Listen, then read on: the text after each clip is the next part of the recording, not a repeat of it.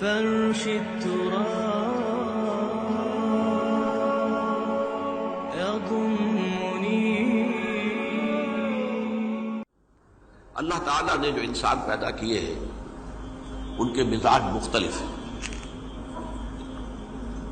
ان میں کچھ لوگ ہوتے ہیں جو قوی ہوتے ہیں ارادے کے، جو فیصلہ کر لیا ڈٹ گئے. کچھ لوگوں میں وہ قوت ارادی اتنی مضبوط نہیں ہوتی، وہ ادھر ادھر سوچتے رہتے ہیں. کچھ لوگ جسمانی طور پر بہت توانا ہوتے ہیں، کچھ لوگ جسمانی طور پر پیدائشی طور پر کمزور ہوتے ہیں. تو اگر کوئی قوت ارادی کمزور رکھنے والا شخص ہے، وہ بھی تو اللہ کی تخلیق ہے، اللہ کا بندہ ہے. خطاؤں کا ظہور ہو جاتا ہے، توبہ کرتا ہے، پھر کچھ عرصے کے بعد پھر خطا کا ظہور ہو جاتا ہے، پھر توبہ کرتا ہے. تو ہم تو یہ سمجھیں گے کہ ایک حد کے بعد پھر اس کی توبہ قبول نہیں ہونی چاہیے. لیکن حدیث سنیے.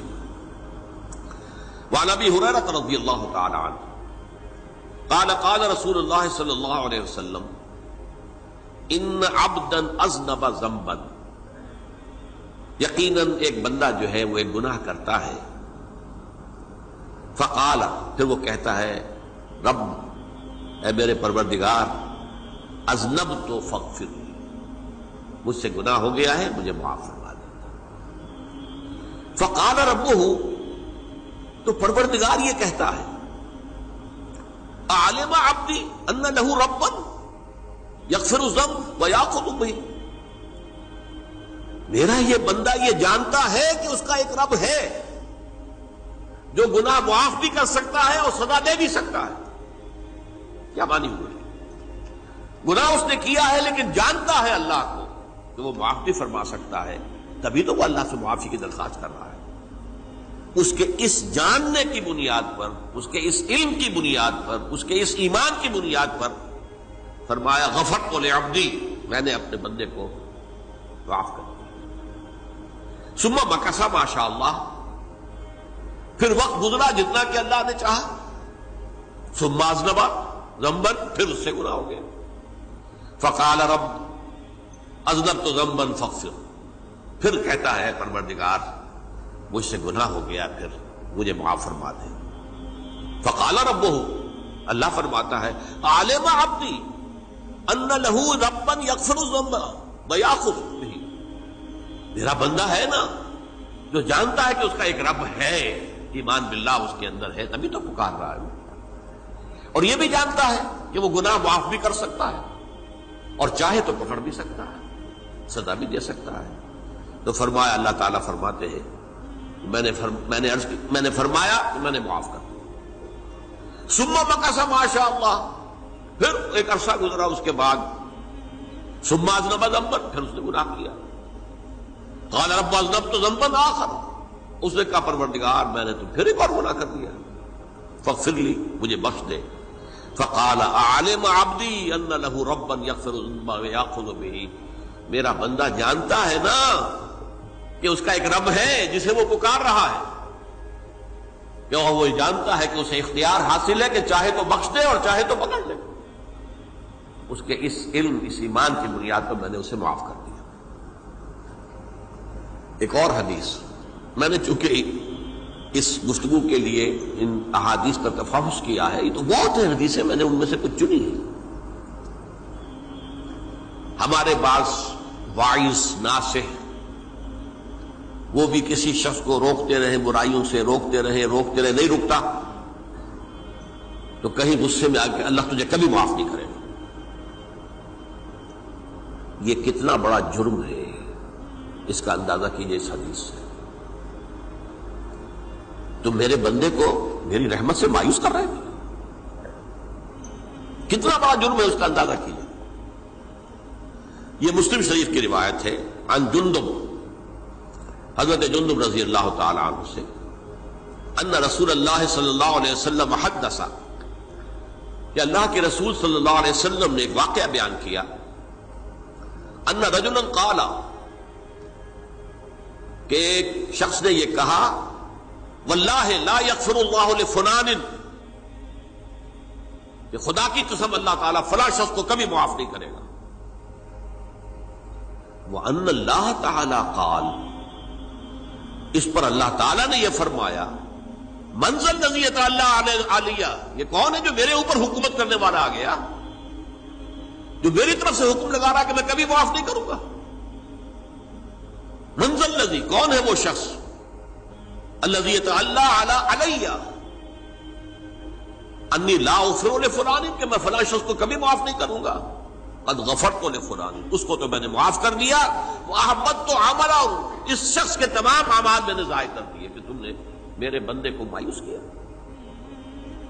یہ ہے جرم کی انکار. تو توبہ کی دعوت دیتے رہو، توبہ کے لیے لوگوں کو آمادہ کرتے رہو، توبہ جو ہے اس کے لیے ترغیب دیتے رہو.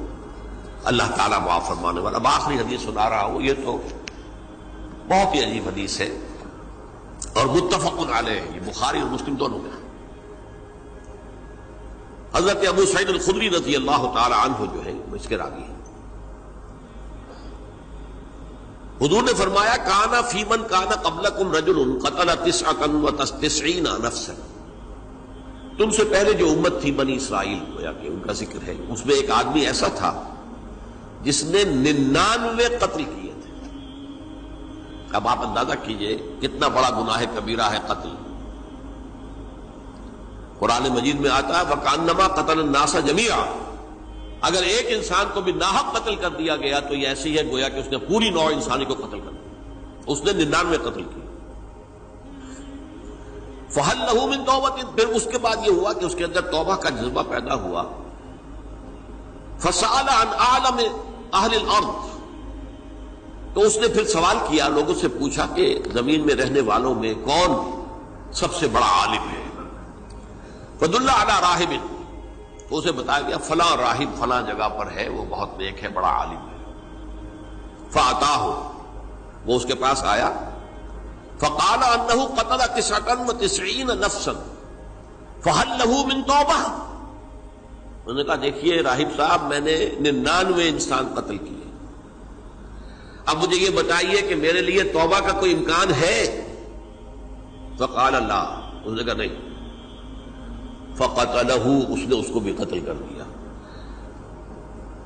فکمل بہ 100، اپنی سینچری مکمل کر لی، مطلب 99 کے بعد ایک کی کسر تھی، اس کو بھی قتل کیا، 100 پورے کر لیے.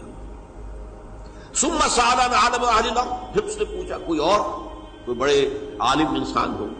فدل علی رجل عالم، پھر اس کی رہنمائی کی گئی ایک بڑے عالم شخص کی طرف. فقال انه قتل 100 نفس، تو اس نے وہاں جا کر کہا کہ میں 100 انسان ہلاک کر چکا ہوں، قتل کر چکا ہوں. فهل له من توبہ، میرے لیے توبہ کا کوئی امکان ہے؟ فقال نعم، کیوں نہیں، 100 قتل کیے تب بھی کیا ہے، توبہ کا راستہ دروازہ کھلا ہوا. معلوم یغرغر، جب تک کہ وہ گھنگرو نہیں بج رہا اس وقت تک تمہارے توبہ کا دروازہ کھلا ہوا ہے. فرمایا نعم، ومن يحول بينه وبين التوبہ، تمہاری توبہ کے درمیان اور تمہارے درمیان کون حائل ہو سکتا ہے، توبہ کا دروازہ کھلا ہے. لیکن ساتھ ہی کہا انطلق الى ارض کذا و کذا، اب تم ایسے کرو جہاں تم رہتے ہو وہاں نہ جاؤ واپس، وہاں کا ماحول اچھا نہیں ہے، معاشرہ اچھا نہیں ہے، ہو سکتا ہے کہ تم توبہ پر قائم نہ رہ سکو، تم فلاں جگہ چلے جاؤ، وہاں اچھے لوگ آباد ہیں، ان میں جا کر رہو. فإن بها أناسا يعبدون اللہ تعالی، وہاں ایسے لوگ آباد ہیں جو اللہ کی بندگی کرتے ہیں. فاعبد اللہ معهم، تو تم ان کے ساتھ مل کر اللہ کی بندگی اور پرستش کرو. ولا ترجع الى ارضک، اپنی زمین کی طرف اپنے وطن میں واپس بن جاؤ. فإنها ارض سوء، وہ بری جگہ ہے. فانطلقا، تو وہ چل پڑا، ہجرت کر رہا ہے، اس جگہ جا رہا ہے جہاں کا راہب نے بتایا تھا. حتی اذا نصف الطریق، جب آدھا راستہ اس نے پورا کر لیا، اتاہ الموت، موت آ گئی. فاختصمت فیہ ملائکۃ الرحمت و ملائکۃ العذاب، اب وہ جہنم کے فرشتے بھی آ گئے اس کی جان قبض کرنے کو، اور جنت کے بھی آ گئے. فقالت ملائکۃ الرحمہ، رحمت والے جو فرشتے ہیں جنت والے، انہوں نے کہا جا تائبا مقبلا بقلبہ اللہ تعالی، یہ شخص توبہ کر کے اللہ تعالی کی طرف ہجرت کر رہا تھا، اس لیے اس کی نیت کی بنیاد پر اب یہ جنتی ہے، لہذا اس کی روح ہم قبض کریں۔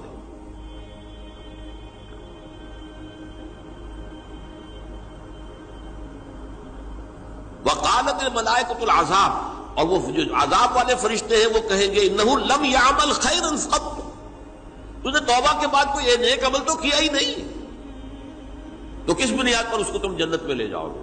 اس کو تو دوزخ میں جانا چاہیے۔ فاتاہ ملک فی صورت آدمی، تو ان کے پاس اللہ نے ایک اور فرشتے کو بھیج دیا آدمی انسانی شکل کے اندر، فجعلوہ بینہم، ان فرشتوں نے کہا بھائی ہمارا فیصلہ کرا دو، اس کی روح ہم لینا چاہتے ہیں یا ہم لینا چاہتے ہیں؟ انہیں حکم بنا دیا۔ فقال قیسوا ما بین الارضین فإلی ایتہما کان اقرب، کہ تم فاصلہ ناپ لو جہاں سے وہ چلا ہے اور جہاں جا رہا تھا اور یہاں اس کی موت ہو رہی ہے، تو کون سا فاصلہ زیادہ ہے؟ جب ناپا گیا، بلکہ ایک حدیث میں آتا ہے کہ اس پر اللہ نے زمین کو جو ہے حکم دے دیا، ایک طرف والی زمین تو سکڑ جا، دوسری والی جو ہے تو پھیل جا، تاکہ وہ جو جدھر جو جا رہا تھا وہ زیادہ قریب ہو جائے بنسبت اس کے کہ جہاں سے وہ چلا تھا۔ تو اس فیصلے پر پھر جو فرشتے تھے، جو کہ رحمت کے فرشتے تھے، وہ اس بندے کو لے گئے جنت کے اندر۔ یہ ہے توبہ کی عظمت اور اس کی تاثیر۔